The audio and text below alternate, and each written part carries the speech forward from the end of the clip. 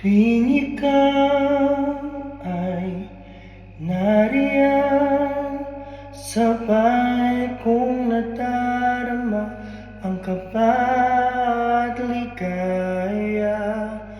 Ang iyong tinig, wari ko'y di marinig, pagkat namamanga pagkausap ka.